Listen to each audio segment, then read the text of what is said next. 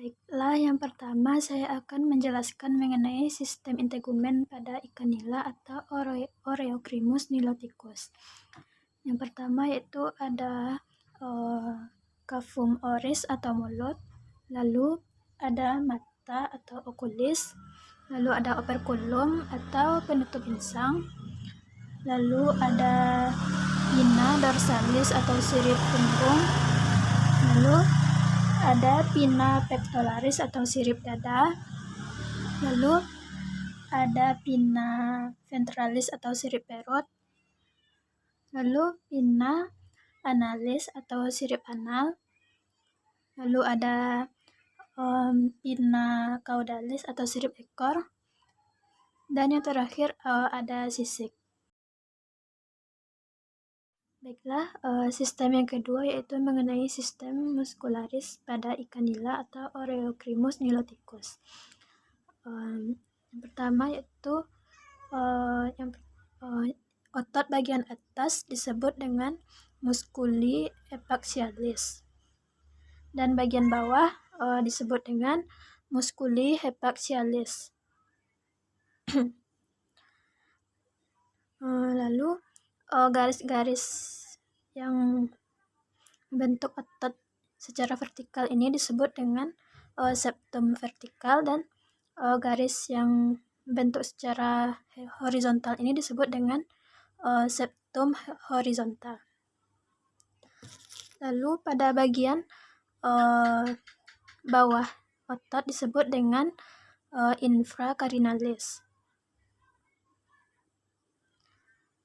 Yang bagian atas ini disebut dengan supracarinalis.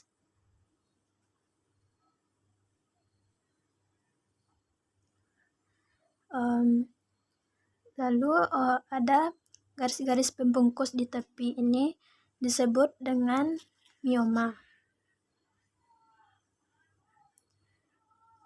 Dan di dalam mioma ini terdapat miomer yang disebut dengan kumpulan beberapa otot menjadi satu.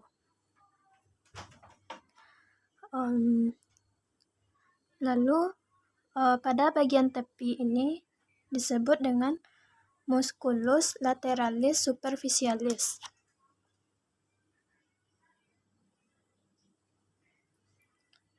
Dan bagian tengah ini disebut dengan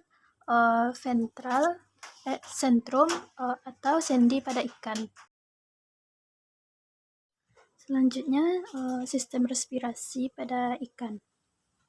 Seperti yang kita ketahui bahwa ikan bernafas menggunakan insang yang terletak pada sisi kiri dan kanan kepala, di mana pada masing-masingnya terdapat 4 buah insang. Pada insang ini terdapat bagian-bagian. Yang pertama itu ada gil filamen yang berwarna merah ini.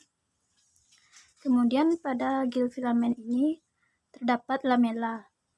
Kemudian ada bagian yang warna putih ini disebut dengan gil arch, dan bagian yang bergerigi ini disebut dengan gil recurs yang berguna sebagai alat penyaring. Baiklah, saya akan melanjutkan bahas mengenai sistem digestivum pada Pisces.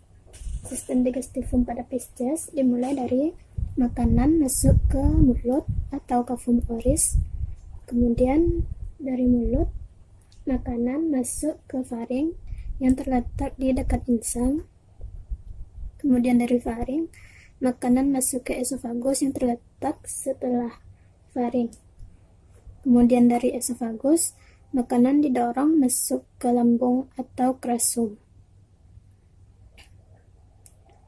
Ini. Kemudian dari lambung makanan masuk ke usus halus untuk penyerapan sari-sari makanan. Ini usus halus. Kemudian dari usus halus makanan masuk ke usus besar untuk diproses. Ini usus besar. Kemudian akhirnya makanan bermuara ke anus. Pada Pisces ini juga terdapat kelenjar pencernaan. Yang pertama yaitu ada hati. Ini hati ini merupakan berfungsi untuk menghasilkan cairan empedu. Ini yang berfungsi untuk proses pencernaan lemak. Kemudian ada pankreas. Pankreas ini tidak dapat dilihat karena berukuran mikroskopis. Pankreas berfungsi untuk menghasilkan enzim-enzim pencernaan. Kemudian ada yang ini, saluran panjang ini disebut dengan ureter. Selanjutnya, sistem peredaran darah atau sirkulasi pada ikan. Sistem sirkulasi pada ikan terdiri atas pembuluh jantung, darah, dan pembuluh darah. Pada jantung ini terdiri atas yang pertama itu ada atrium, yang bagian ini. Kemudian ada ventrikel, dan yang di atas ini disebut dengan bulbus arteriosus.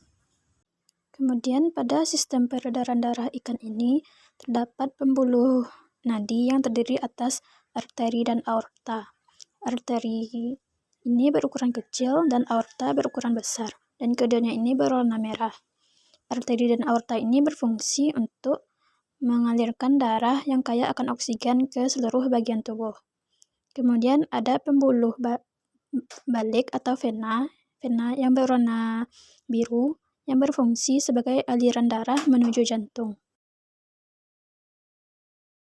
Baiklah, sistem yang keenam yang akan saya jelaskan yaitu mengenai sistem saraf pada ikan nila atau Oreochremus niloticus. Di sini saya sudah melakukan pembedahan pada bagian kepala ikan.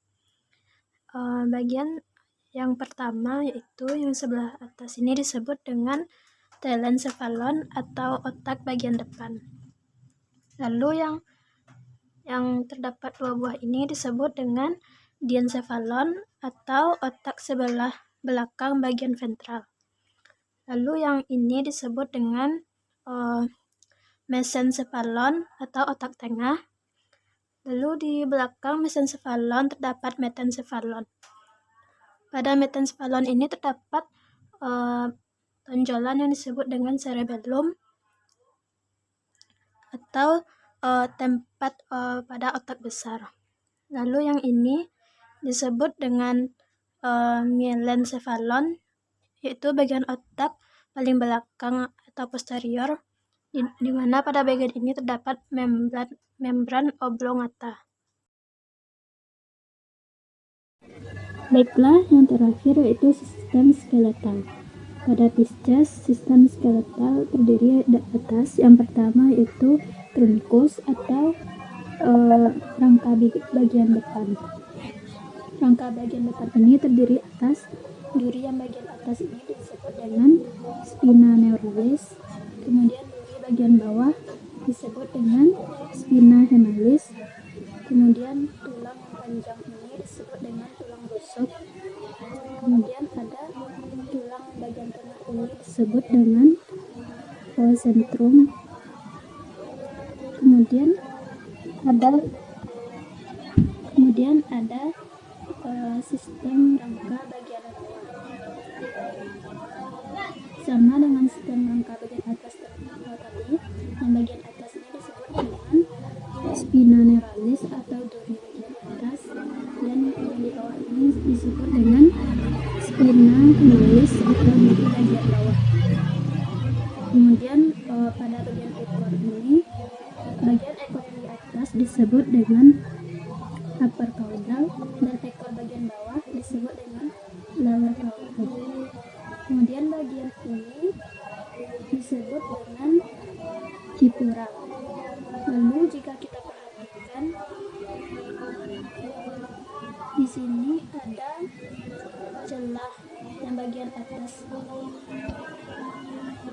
Celah bagian atas ini disebut dengan arcus neuralis, dan celah bagian bawah ini disebut dengan arcus hemalis. Baik, sekian penjelasan mengenai sistem-sistem yang terdapat pada Pisces, terutama pada ikan nila atau Oreochremus niloticus. Semoga bermanfaat. Apabila ada kekurangan, saya mohon maaf. Terima kasih. Assalamualaikum warahmatullahi wabarakatuh.